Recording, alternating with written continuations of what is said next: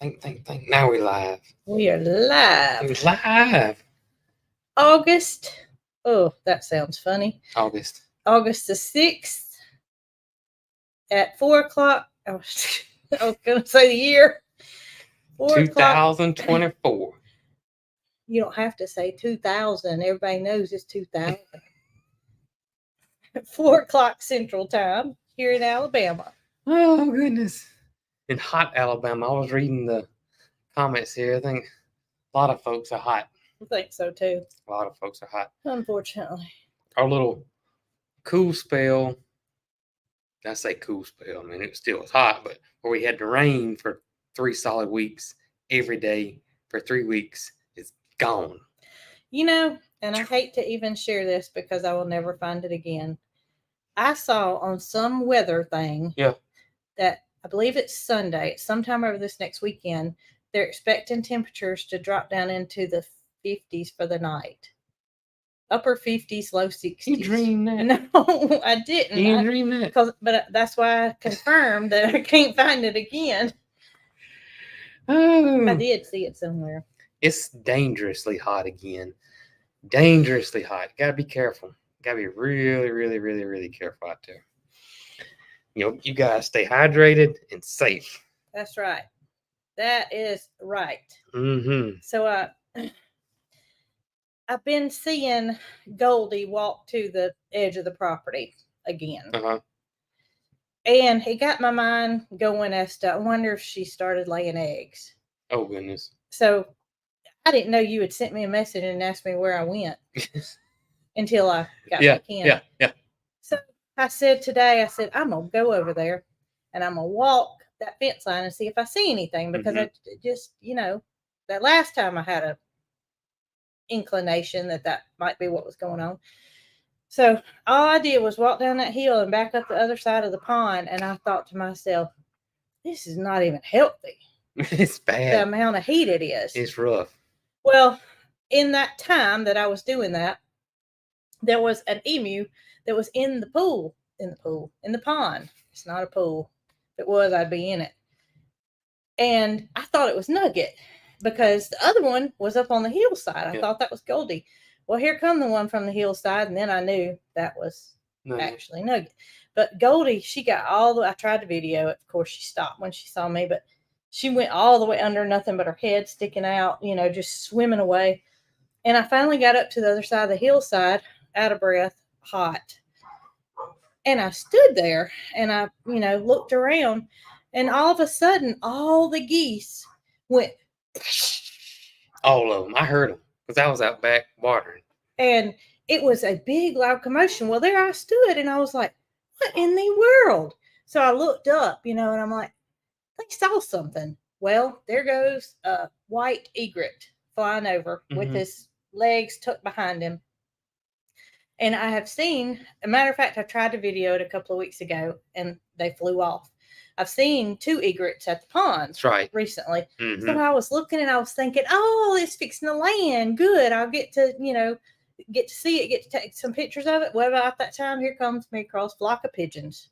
And it was probably 10 or 12 of them flying. And y'all, they didn't attack the egret, but they told that egret they didn't want it here. The egret steadily surrounding, the pond, going circling, and the pigeons just following it until the egret flew away. That's crazy. And they were like, when the egret flew away, they were satisfied. Good job, well done. And the egret's a fairly big bird. Yeah. So I was disappointed because I wanted it to land, and pigeons ran it off. Nugget and Goldie, they didn't care, but there are not any eggs. No eggs. I didn't quite finish that. It's so hot out there. The Nugget wouldn't even have to sit on them. No, they'd incubate themselves. Probably would. It is. Speaking of eggs, we had a nice surprise this past week. Are you talking about the Snow White's egg? Yeah, with Snow White laying eggs, and she actually laid a third one. With the video, she had only laid 2. Yeah, but she laid a third one, and who knows? There may be another one out there now. It wasn't this well around lunch. It wasn't one, but it could be one now. Yeah. She laid 2 in the same spot, and the third one was in a different spot. She's moving around. She's moving around. Maybe she found a cooler spot. She needs to tell everybody else about it if she did. So I was thinking if the pigeons could run that egret off, I bet the pigeons could run a hawk off. So I recently learned, because y'all, I went birding. Y'all know I got my Audubon shirt on here. There's the proof. Right there. Y'all He's an official birder. I've been bit by the bug. I'm official. It is fun though.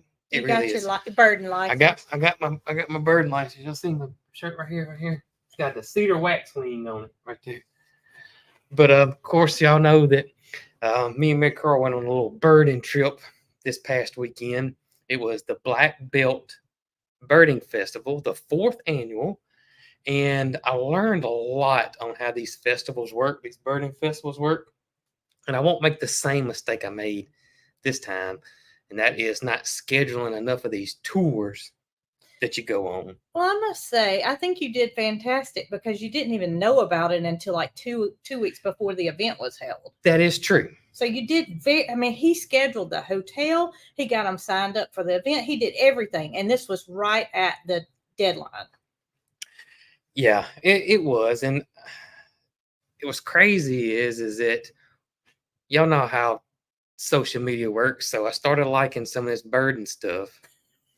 Next thing you know, everything's burning. And y'all would not believe it. These burning festivals. I just blows my mind. I mean, they're everywhere. The birding community is huge. And you really wouldn't think it would be. No. But it is. If you're not in it, you don't think about it. Yeah. But then when you start, it's probably like that with most everything that's specialized. It probably is. It probably is. And I tell you what I like about it is that from my experience that I've had with, of course, with Mary Carl, and not just this festival and this tour we went on, just talking to birders in general, there's no egos. There's no selfishness. They all want to share. If somebody sees a rare bird, they're going to let everybody know where this bird is. Yeah, and I find that odd, so to speak, because humans as a group tend to be competitive and a little jealous and that kind of thing. But I have not, and I'm sure there's a bad apple out there somewhere. But y'all, for the most part, it is awesome. Everybody's so friendly. Everybody's so talkative. Everybody's so giving. It is fun. It really is fun. I've been bit by the bug. I got it 100%. I'm in. I'm on vacation. Oh, goodness. But it was fun. I tell you, so we really didn't have any schedule per se. There was it started on Friday and ended on Sunday morning, I believe is how it worked. There were several days there. And I had a schedule for a tour on Saturday morning. So Friday they had a thing where they had it where you opened up and had opening ceremony thing, and they had a blues band. And Mary Carl's really not interested in that kind of stuff. She's just there for the birds. She's just there for the birds. If it had been birds up there singing with their tambourines and playing, it would have been on. But they did have some vendors there, and she was interested in that. She was interested in the vendors. And beforehand, we weren't going to do anything that Friday. We were just going to drive over there, just kind of look for some spots, and then go to the hotel, wake up, and go to our thing. Because it was 2 hours from here, and it started at 6:30 Saturday morning. Yes. So they didn't want to be driving, in the dark. And that's why I got a hotel. Right. And actually, where our birding spot was a little bit further, it was really close to the Mississippi line. Really? It was an hour from Greensboro, where the festival was being held. And the way these festivals work, and this is what kind of got me a little off. So they have a festival. So I think all of them have like an opening ceremony and a dinner and probably some music and socialization, and you can mingle with other birders. Then the next day is when the show starts. Well, that's when they offer the tours. and they might be 10 to 20 tours, and a lot of them go all on at the same time. So you had to make a selection. You have to make a decision on which one you want to do. Baby. Sit down. Good And girl. so that was a little. That's what was a little overwhelming. Well, overwhelming and confusing to me at first, but now I understand how it all works. But we got there when Mary Carl decided that, hey, Daddy, I want to go to the vendors and go to the thing. It's like, that's okay, no problem. We'll leave here in time. We'll go over there. And so we decided we're going to leave us a little early so we could catch some spots over there, because there's some catfish farms over there. And these birds are attracted to these catfish farms. And first, you were going by Laura at Simply Making It. Dropped off the freeze-dried goat milk. Yes. And talked to her for a little bit. So we're headed over to the catfish ponds. And, well, we stopped somewhere and didn't really see much.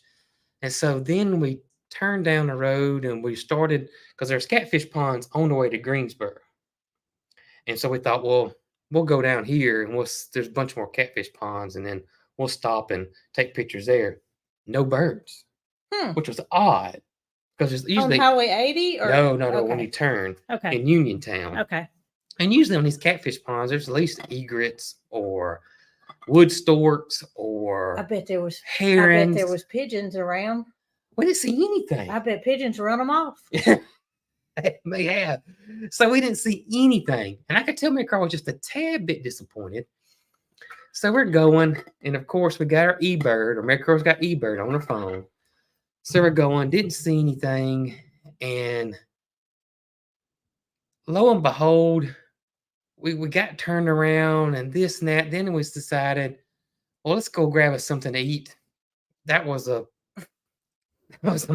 typical Smith excursion. Well, me and Mary Carl really don't care where we eat. No, and we never do. But yeah. It seems that every time we go on a trip. Yeah. And we go to GPS to find somewhere to go eat. We put it in, we get there, and something's always wrong. Well, the first restaurant we went to looked really good. Got there and it had been burnt down, even though the GPS said they were still open. We're like, oh, goodness. So then we're like, okay, we found another one. So we went and drove 20 minutes to it. And even though it said they were open, we got there and it was a sign that said open Monday through Wednesday, 11 to 3 or something like that. We're like, oh, goodness. So then we said, you know what? We're just going to eat at Jack's. We're just going to eat at Jack's. And Jack's is a southern hamburger joint, fast food restaurant. So we're headed to Jack's, and then we saw a Mexican restaurant, and we're like, well, let's go there right there. It was good, perfect. Then we decided, Mary Carl looked on her phone, and somebody had logged on eBird American avocets. And anyways, it's kind of a cool bird, and it's not super rare, but it's not something you see every day. And so we're like, okay, let's not go. Something we see every day. No. Oh, I remember what we were doing. We were chasing a spoonbill, which looks like a flamingo with a spoonbill. It looks like this sounds like you got track shoes on. And y'all, we were driving. You're going down the road and you're chasing a spoonbill. We were driving. We were looking for this spoonbill somebody had logged. Y'all were like storm chasers. We were like that's exactly what it's like. It's like storm chasing. It's like storm chasing, except with bird chasing. Except you're going to eventually catch up to the storm. That's right. So we never could find this spoonbill, but y'all, we found this honey hole by accident. As soon as we pulled on this little bitty country road that was wide enough, it wasn't paved, just a rock and tar type road, wasn't dirt. We pulled up on this road, and as soon as we pulled up on this road, there were birds everywhere on the power lines, everywhere. And I had the windows rolled down, and we're going. And I told Mary Carl, I said, I ain't never heard that bird before. And I'm a rookie. I'm telling you, I'm a rookie. And she can usually just, like this. She'll tell you exactly what it is.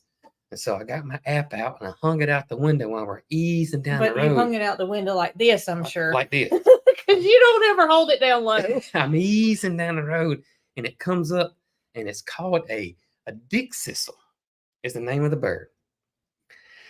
And I stopped, and I said, "Man, Carl, you ever heard of this?" And she's like, "Ooh, ooh." Let me out. I've never seen it before.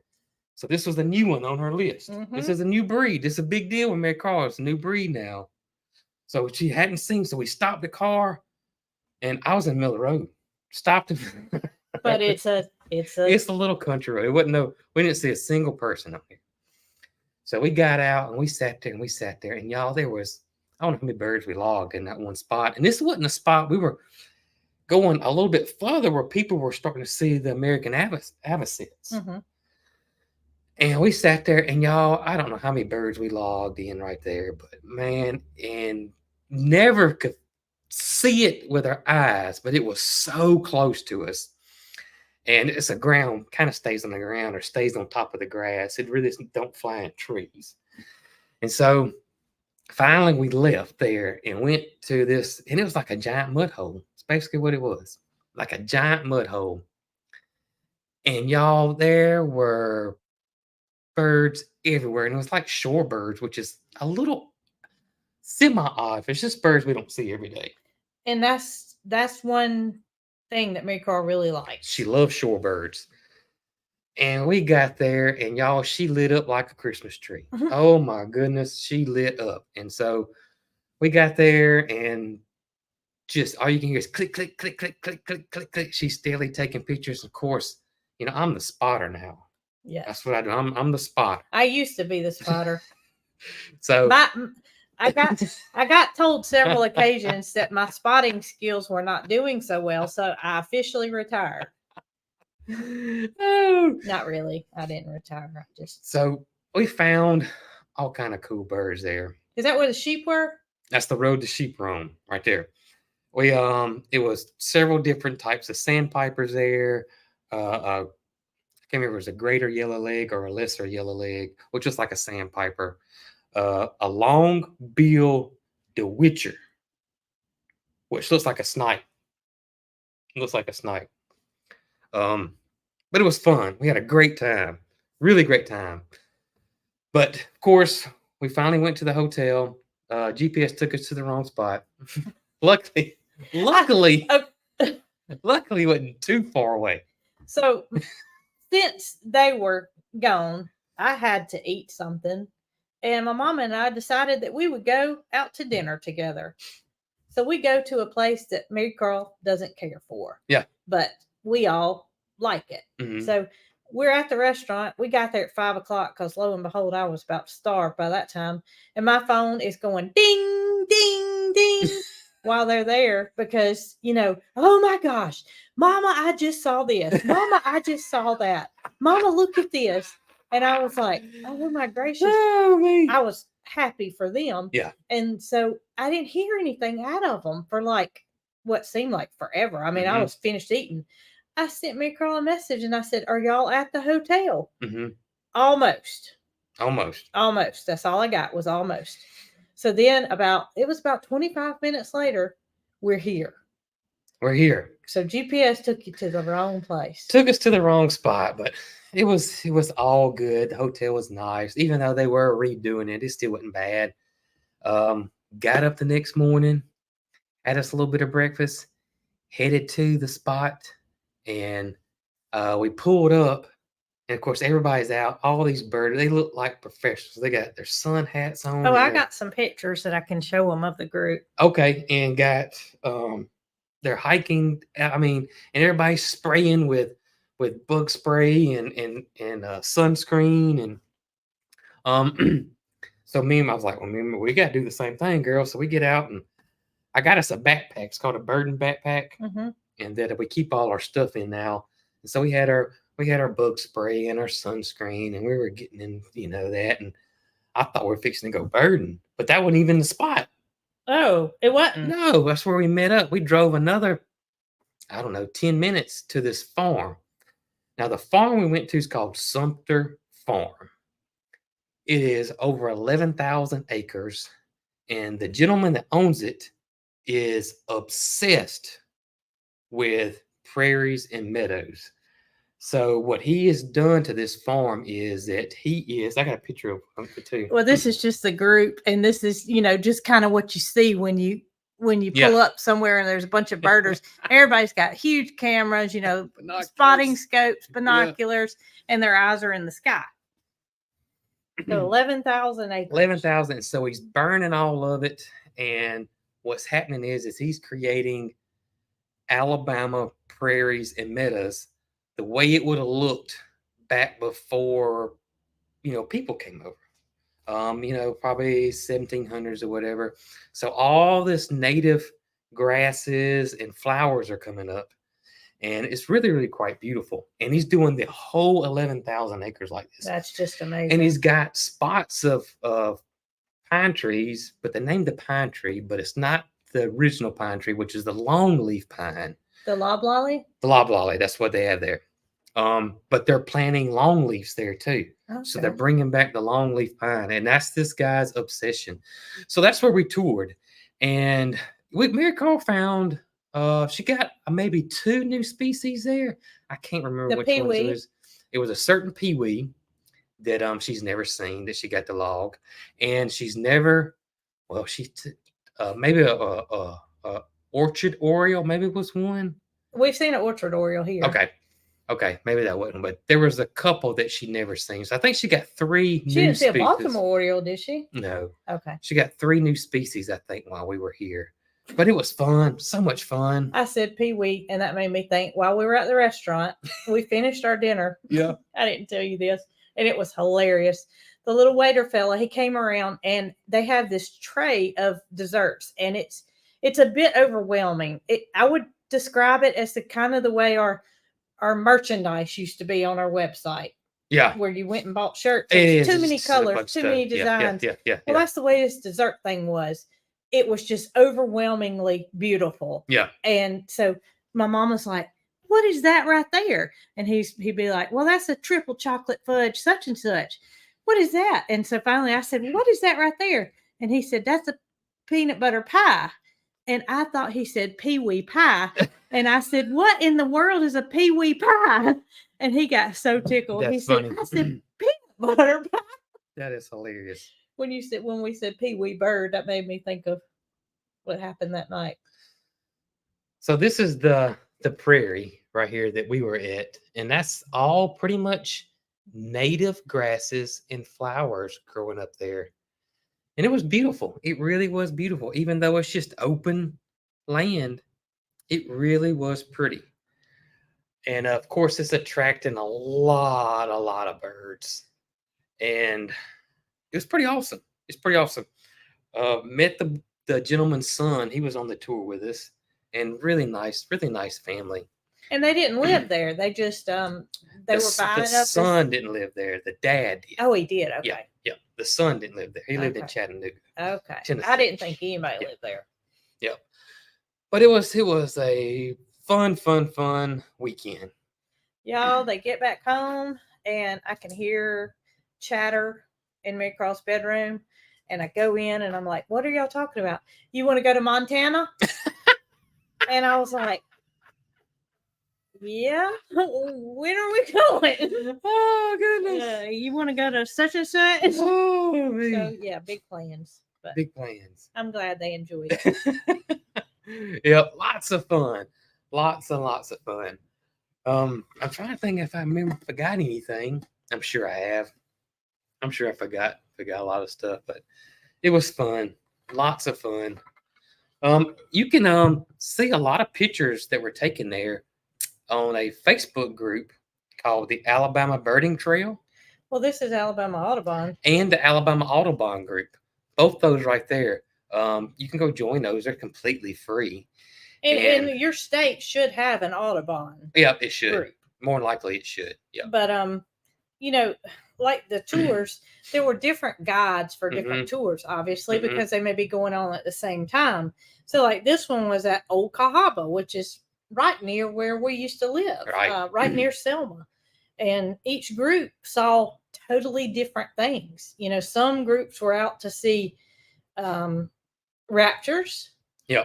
and some groups were out to see songbirds, some of them shorebirds, and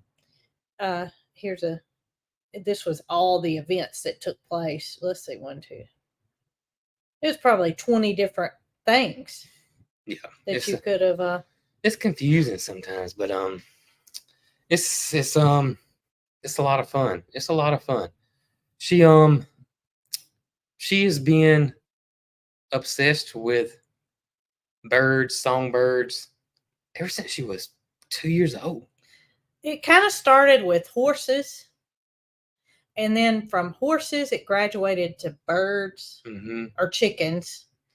But even birds, we got videos of her, and she's 3 or 4, and she's holding the hummingbird feeders out there. Yeah, and they're landing and getting the hummingbirds to land on her. Oh yeah, I can remember that like it was yesterday. And I think I showed you guys the journal, the birding book, and she was 5 in that book, 6. 5 or 6, and she was logging the birds that she saw at age 5 and 6. So I mean, this is something that she's always been obsessed with. I can tell you, I'm not saying this just because she's my child, but I don't know too many people that find something that they love and stick with it.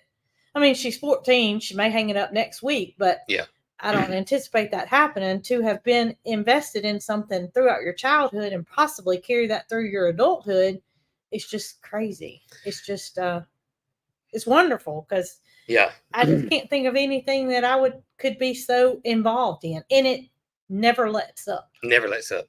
Jason told me that they found a birding podcast and they listened to it the whole way home. We did.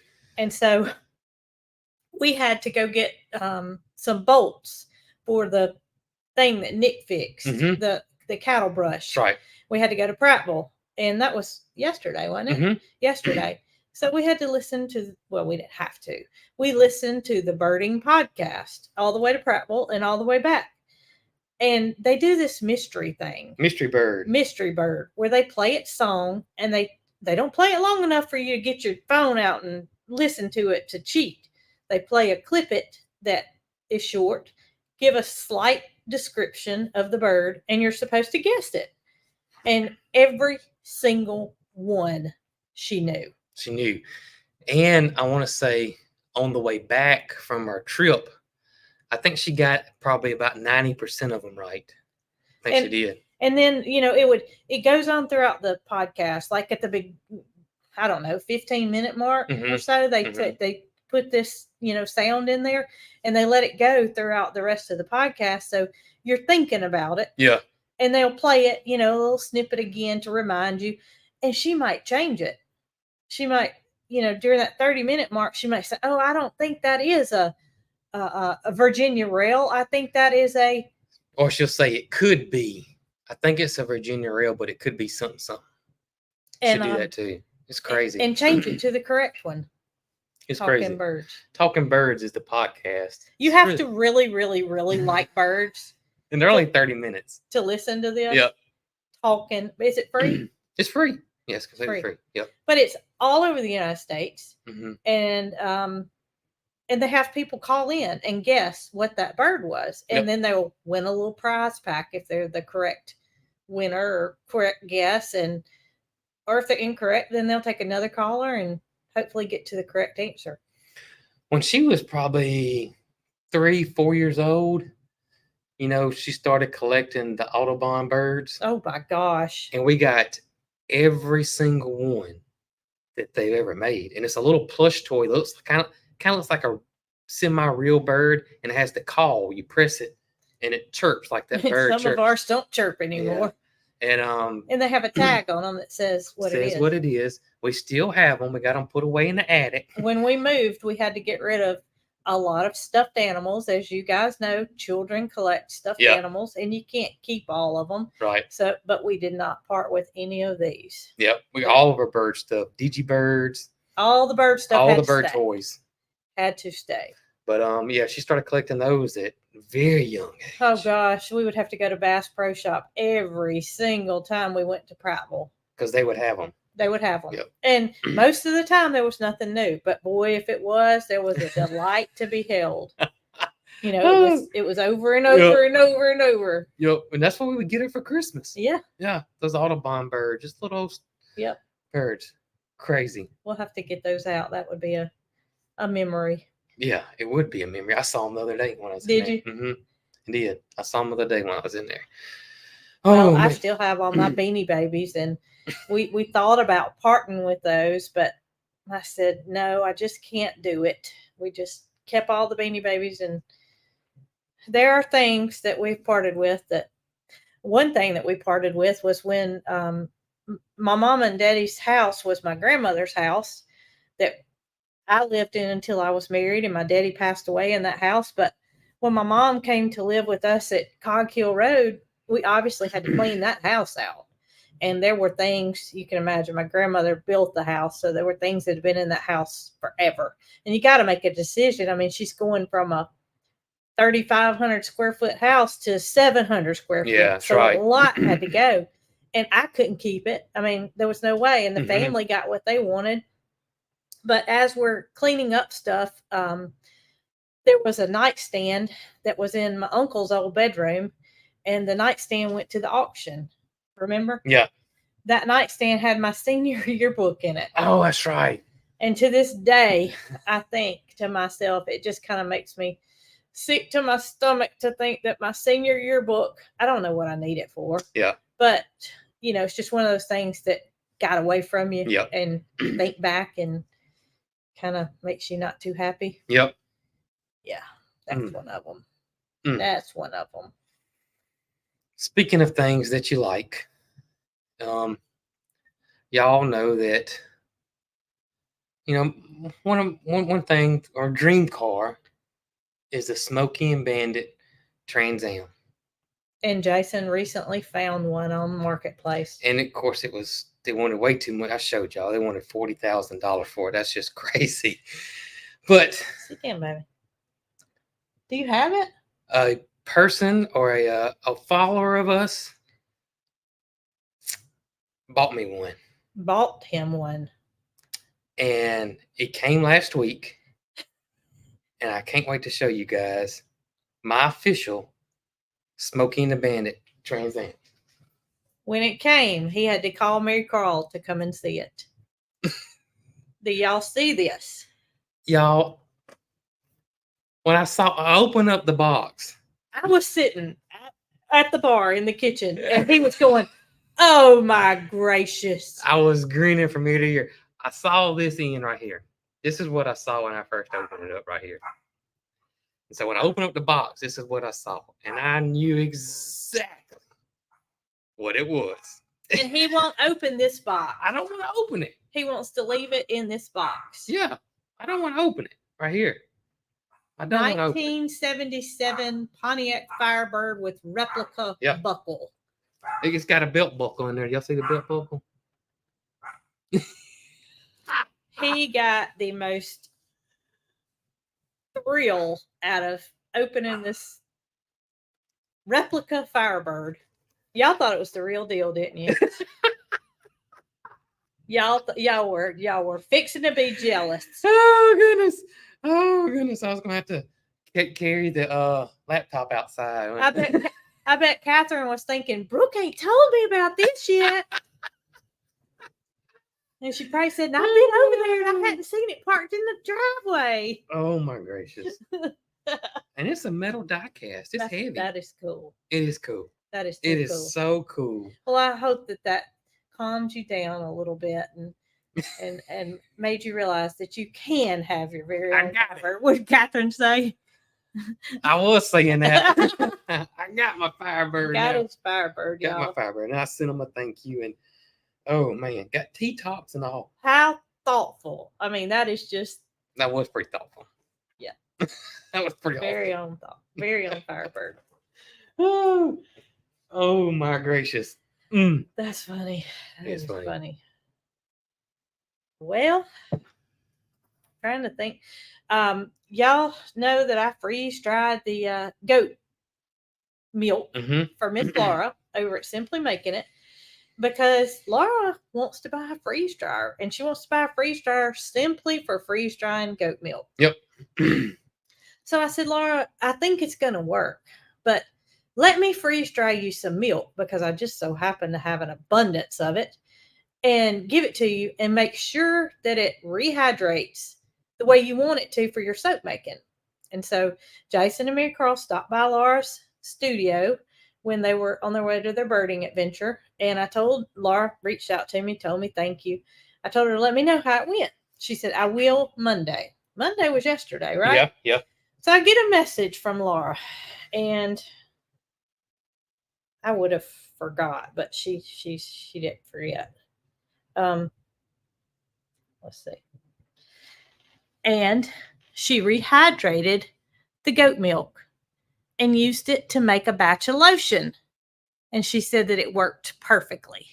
And I just wanted to share that with y'all because I freeze dried it just for that purpose and did not know if it was going to work. But she said it worked perfectly. Worked perfectly. And I'll tell you, that goat milk's good.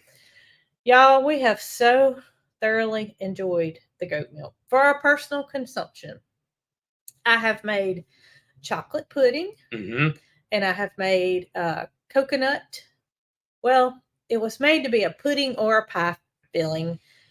I cooked the pie crust and then I made the filling, but I think I didn't let it set up quite enough before I put it in the pie filling. Still good. It's still good. You have to eat it with a spoon. It's still good. But it's good. It just looks like slop. It's still good. Literally. Yep. You scoop it out with a big spoon and but it's good. We want to make ice cream. Yeah. Laura gave me a recipe book with goat milk many, many years ago, and everything I've ever made out of it's just incredible.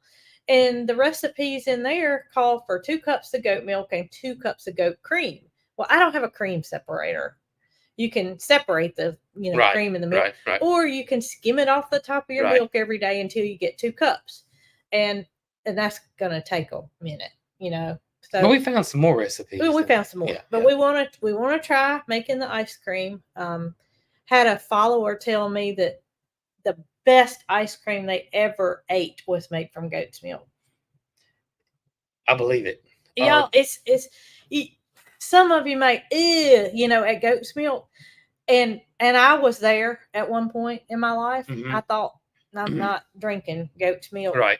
Because my thought is it's going to taste like a goat. This does not. Some of you may have had some that did, and it depends a lot on their diet, on their health, this, that, and the other. But this is just, if you put a blindfold on, there's no way you could tell the difference. It is just incredible. 0. It is very good. Besides, you probably would pick the goat's milk over your store-bought cow milk. You probably would. I bet you would.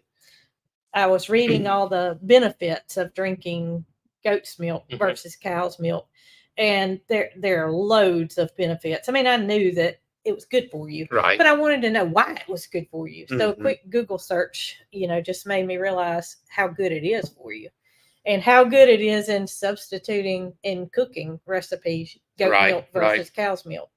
I plan to make cheese. I have rennet, which is something that you have to have in order for the milk to thicken to make cheese. And I ordered it last week from where I thought would be a quick ship, and it has now shipped. But I have not I have not made the cheese yet. Yesterday we're in Prattville, and I told Mary Carl and Jason they thought I was just having a little bad day because I tended to be fussing about most everything yesterday. And the rennet not having come in was one of them.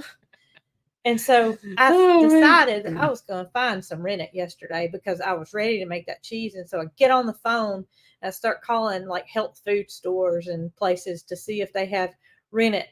And I told Jason and Mary Carl, I said, y'all watch this. They're going to say, do what? When I ask them, do they have rennet? Yeah. But I described it as rennet for cheese making. Nobody had any. Nobody has any. So then a light bulb goes off, and I was like, I bet Catherine's got rennet. I bet she does. So I reached out to her, and she said, nope, I don't have any. But she doesn't. I don't know why I thought she would have it. I just knew she had it. So it should be here in the next couple of days, and I'm going to be making cheese.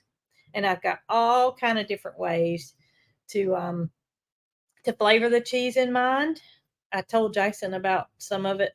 The recipe book that Laura gave me has been in the bed for like 2 weeks now. I think I know everything about it front to back. Except for something I was going to make called for cultured buttermilk. Mm-hmm. I bought the buttermilk and I can't remember what I planned to make with it. Mm. I've looked back at the You book can't and remember. I can't remember. Can't remember. I think cottage cheese called for buttermilk, Mhm. but I wasn't making cottage cheese. I don't like cottage cheese. Right. You don't like cottage cheese. Not a big fan. But there was something I was planning on making with the buttermilk and the goat milk.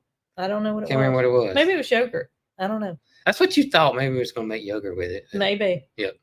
But I have thoroughly enjoyed having the fresh milk on hand. Yeah, it's been nice. I've had to freeze some of it because it's more than we can use. I'm getting about 3 quarts a day. Yeah. 3 quarts is a lot. It's a lot. She's doing it. She's doing it. I'm not doing it. Capri's doing it. Yep. I'm just helping her. But I don't need 2 goats in milk. No. I do not need it. Not at all. There are certain legalities that you have to go through in the state of Alabama in order to sell goat's milk. You can sell it as pet food, but I don't feel comfortable putting it out at the stand in Ziploc bags and labeling it as pet food. Right. I would want it. It can get a little goaty flavored if it's not kept cold. Yeah, and I also noticed that the shelf life it's not near as long as it is. You Pasteurizing it. the way it is in the store. Right. You buy it from cow milk from the store. The flavor will start changing a little bit, but yeah, I don't feel comfortable putting it out there. I would have to have a refrigerator or a freezer or a way to keep it, right. And honestly, we just don't want to, have everybody coming to the gate and calling us to come bring milk out. That's just, yeah. So I will freeze it, and somebody will have a use for it if we don't. We looked at somebody said some Walmarts have it in it. We looked, ours didn't have it. Or you can order it online, Yep. But this company that I ordered it from is in Georgia. So I felt like Jason told me to just go ahead and order it. Just go ahead and order it yesterday.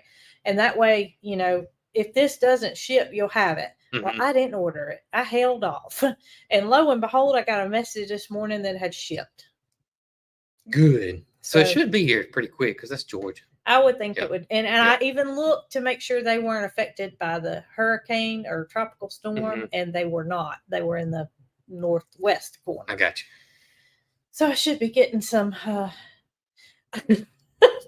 was reading about things that you could do with goat cheese. And of course, there's lots of things you can do. But dipping dark chocolate pretzels in it was one of them. So Jason comes and he's just munching on something. And I said, he said, "Where'd you get these?" I used to buy And I dark said, chocolate covered pretzels. I said, I got them to dip the goat cheese in. Oh, goodness. I think I'm going to have to buy another bag before I make the cheese. One thing that you were telling me that I didn't know was that old goat's milk makes a great fertilizer. Yeah, well, not necessarily old, but if you have an abundance of goat milk, you can mix it 6-to-1 water, 6 water, 1, and use it in a pump-up sprayer, or either use it in a 5-gallon bucket and fertilize your plants with it. I had no idea that at all. So we're going to have ginormous plants. Oh, that was new to me. That really was new to me. But let me tell y'all something. So if you follow me on Facebook, I posted a picture yesterday of Sylvester. Sylvester is one of our barn cats, one of the 3, Bramble, Biscuit, and Sylvester. And Sylvester has always been a little bit more needy than the rest. Don't you think? Mm-hmm. He is. He's just a little bit more clingy. Not to say the other 2 aren't sweet. He's just more affectionate. Mm-hmm. So ever since I started this milking journey, he has been right there beside me. Mm-hmm. And I had not given him any. I had not given him any. Y'all even saw in the video where he was sitting up there beside Capri. I'm sure he smells it.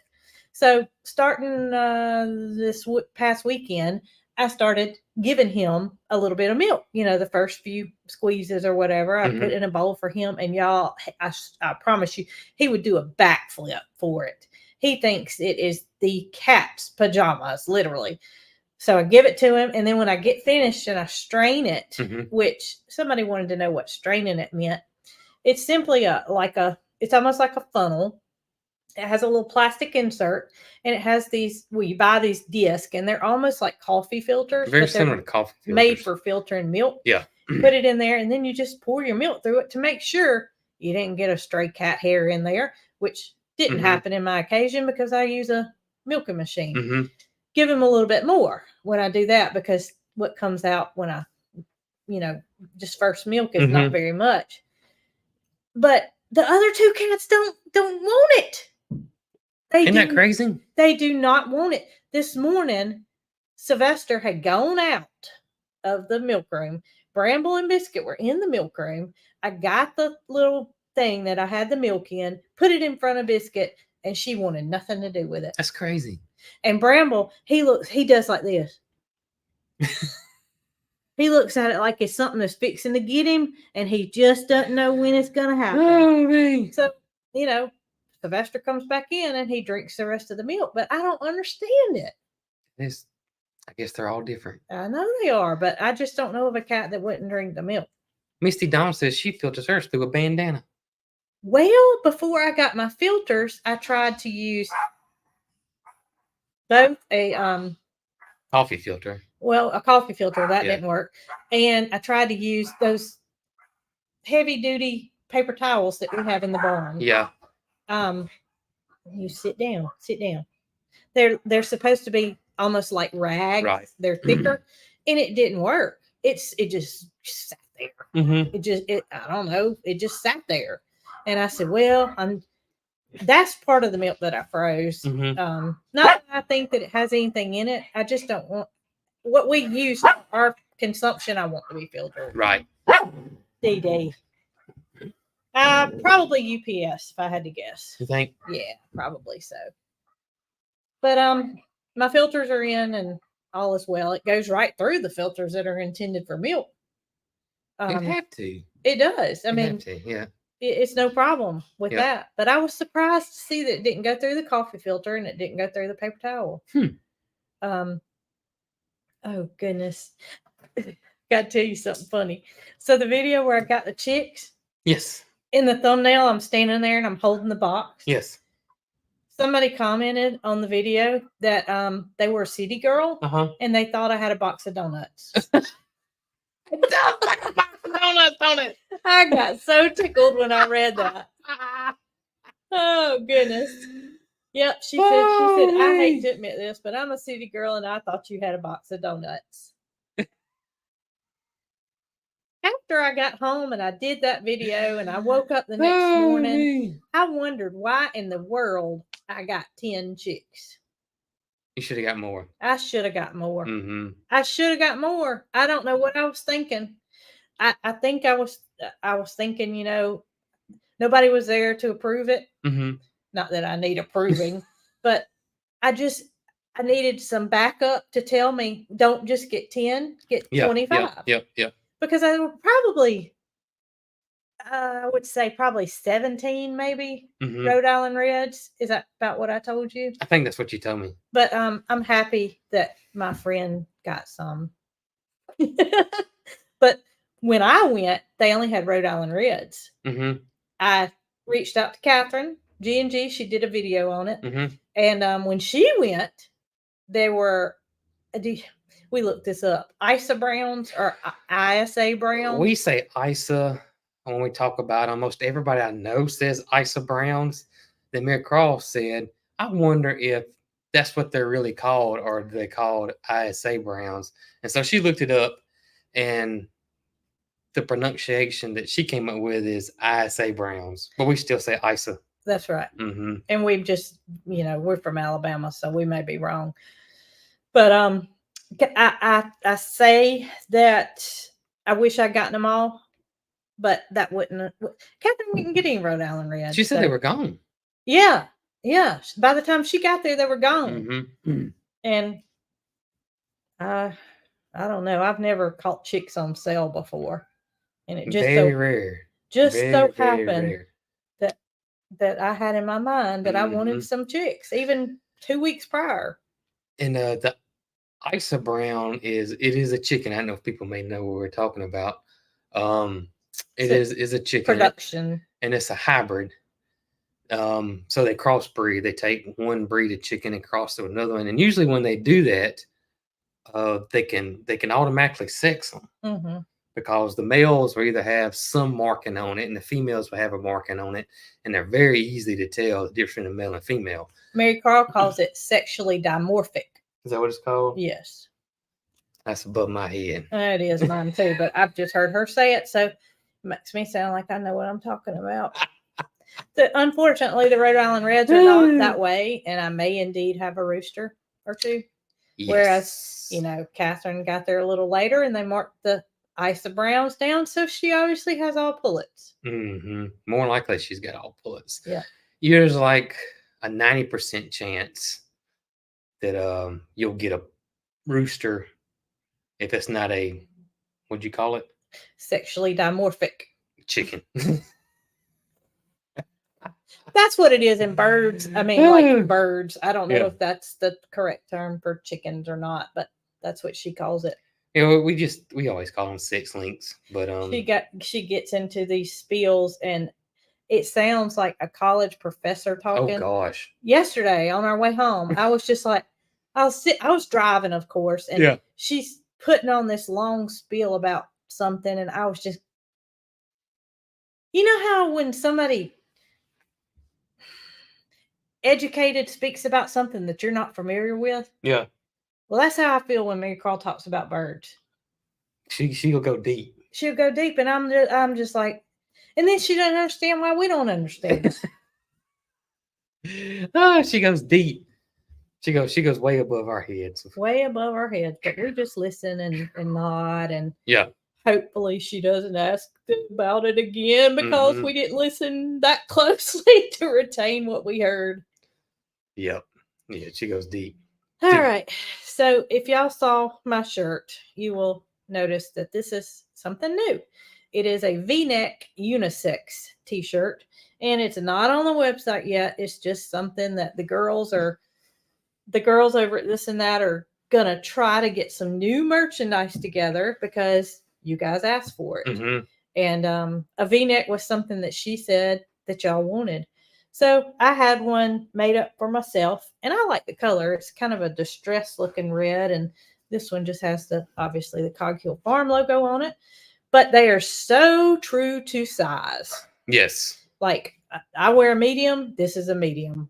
This is, they're true to size. So here in the near future, we will be able to offer these, and we will let you know when that becomes available. Yes. I just felt like I needed to address it since I was wearing something that's not available yet. No problem. My mama saw me with this on, and she said, "Where'd you get that?"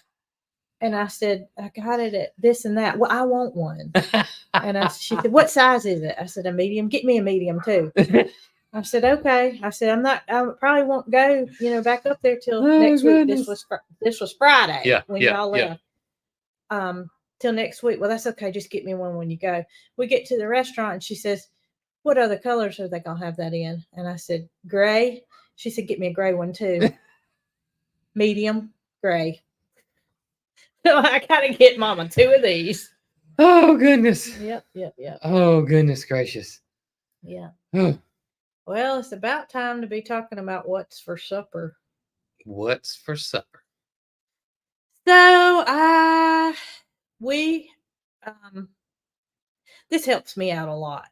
Jason doesn't really know about it, but he knows that I say it helps me. We buy meat in bulk from a local farm. Mm-hmm. And Calfee cattle, CALFEE cattle, is who we buy from, and they raise their cows, grass fed too, pigs, grass fed. They take them to the processor, and all we do is choose our cuts and go pick it up when it's ready. And I have a freezer full of fresh grass-fed beef. Mm-hmm. So I thawed out some ribeyes, some Good. ribeye steaks, and that's what we're going to have tonight. I've just about got it mastered in the air fryer. Yeah, you got good It's at it. too hot to cut that grill on. I would not have my man out there roasting Oh God. in the Whew. 150 degrees. Especially I could had to get me a sear with a cast iron, You but I wouldn't- don't have any. I got to get with Tony about this cast iron now. Yep. I'm gonna drive over to which is G&G Farm. That's Tony. I'm gonna drive over there. Campfire and countryside. That's Campfire. fine. That's Tony. And I'm gonna take the T-tops off my Firebird. Okay. I'm gonna go over there, my Trans Am. You better let Dee Dee drive if you're gonna take that. And me and Tony gonna ride around in the Trans Am. Okay. I'm gonna be the bandit, and he's gonna be Snowman. Well, I tell you a little tip. If y'all are gonna do that, Yeah. as hot as it's been, all you're gonna have to do is put your cast iron skillet on the T-tops and put those steaks in there, and they'll cook right while you drive. Ain't that right? That's right. That's all you got to do. That's right. Yep. So, yeah, it's so nice to have a freezer full of meat and be able to just. I still got a plan. I mean, but usually what happens is I thaw it out and then I plan. I don't know. Like I got 2 pounds of ground beef in the refrigerator thawing out, and I got the steaks, and I don't know what I'm going to do with the ground beef, but I'll figure it out before tomorrow night. Yeah, I'll figure it out. tacos or something. Yeah. That's right. But I'm sure anybody that was willing to drive over could reach out to them and have them take your meat to the processor. Sure is Mhm. better than what's available nowadays. That's right. You're not saying anything. I don't know about all that Well, part. all you know is I say, okay, Jason, Friday, I got to go get the meat from the processor. And then he handle puts it up. He puts it up for me. Yeah. They load it in the car. He puts it up. And you handled it all for me, so Yeah, and when I get low, I order it again, and we go pick it up. But we got a big old brisket. that I can cook. Well, Well, it's got to cool down. It's gonna have to cool off some. Yeah. It's gonna have to cool down. But the last time I think, well, no, that couldn't have been the last time. Was the last time you cooked a brisket when we had Nick and I've cooked one after that. you did? Mm-hmm. Well, football season's coming up, and I bet you money when it cools off a little bit and it's football season, he'll be out there cooking that brisket. Football season be this month. Yep, be this month. End of this month. College football season starts. Dee Dee, we gotta get you an Alabama collar, girl. Oh man. So I told y'all that when I took the Peacock to the vet, did I tell y'all that? Yeah, we took the Peacock to the vet. I made a video No, about it. that Dee Dee got her medicine refilled I don't know if we talked about that or not. for the itching. This time of the year is when we I got. think we did talk about that. But Yeah. go ahead. Anyway, the doctor was nice enough to refill Dee Dee's itch medicine without seeing her because they had treated her in the past, and she is so much better. Oh yeah, she's She way is better. so much better. Way better. I don't know what temporal something P or something T, Don't ask me. but I'm a wordsmith, but I don't know those medical terms. well, Yeah. I don't know what it was either. I just know it helped her, and I'm so happy. I used the anti-itch shampoo that she has. It's antifungal, isn't Uh-huh. it? And use the pills and she's, oh my goodness, she's a new dog.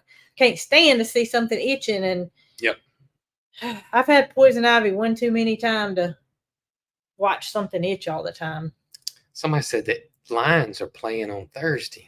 What? Must be preseason. It is too I have hot. to watch that game because one of my favorite players from Alabama, Terrion Arnold, got drafted by the Lions, and he's a heck of a player and a heck of a person. He's a really, really great kid, and I had to tune into that one. Like when Mary Carl talks about birds, and I just nod. I'm just gonna nod about that too. One day I'm gonna talk about something, and you're gonna nod, just like me talking about that beef in the freezer. Yeah, that's right. I was nodding. Just nod. Just think. I was nodding on that Sure one. is. Heck of a player. Didn't have nothing to do with that. Nope. Nope. So you Lion fans out there, Terrion. I think it was the Lions. I'm almost positive. I hope you're right. And I start second guessing myself. Start thinking, man, it was Minnesota. But I think I'm almost positive it's the Lions. Jason second guessed himself last night too. He put everybody up for me, which I put everybody up in the evening. Mm-hmm. Jason did it yesterday. Bless him, he did it. I did. And I said, "Did you cut the chicken sprinkler off?" Because we let Mister. that, Yeah. Mister. Yep. Yep. Sprinkler, same thing. It goes all day because it's so hot. And he said, "Yeah, I did. I think I did. Then I start second guessing. I did. I think I did." So I had to go to the mailbox to put something in for the mail lady to pick up this morning. I glance over. I left it on. He had left it on, but that's okay because I told you I was going to go double check it. You did say that because I told you I was going to go back out there, and you said, "No, I got to go out there for something." Yep. And whatever that was, just had to check it out. But I did. I did catch you one day last week. Man, you gotta tell these people this. Yeah. You gotta tell them. I don't know how to find my videos, but I took a video of it. We got to end on this. It'll be a good one. Ooh, goulash. I like goulash. I don't know where You it ain't is, gonna Jason. find it, are you? Probably not. We do still have the white peacock. We talked about her earlier. She's fine. She's doing great. She's doing great. She's laid a third egg. Mm-hmm. If you saw before, she had laid 2 eggs, and now she's laid 3 eggs. Will she stop? Our rollout nesting boxes. Best Nest. Best Nest. We are not sponsored by them, but we sure do like their nesting box. There's another one called Hen Gear, but right now that Best Nest, the one we have, is on sale. The one we have is 4 foot long. You may not need one near that big. They make a 24 inch and a 48 inch. And y'all, I'm going to tell you, I have spent so many hours of my life and Mary Carl's life cleaning eggs. Yeah. Oh my gosh. Yeah. And that thing is a lifesaver. It is. It is a lifesaver. You do not have to wash your eggs. Oh, I can't find it. You can't find it? No. Good. I forgot to cut the water off. He did. He didn't have the bracelet on either. But you know what I'm thinking now? What? But the boys may have set me up. No, they didn't.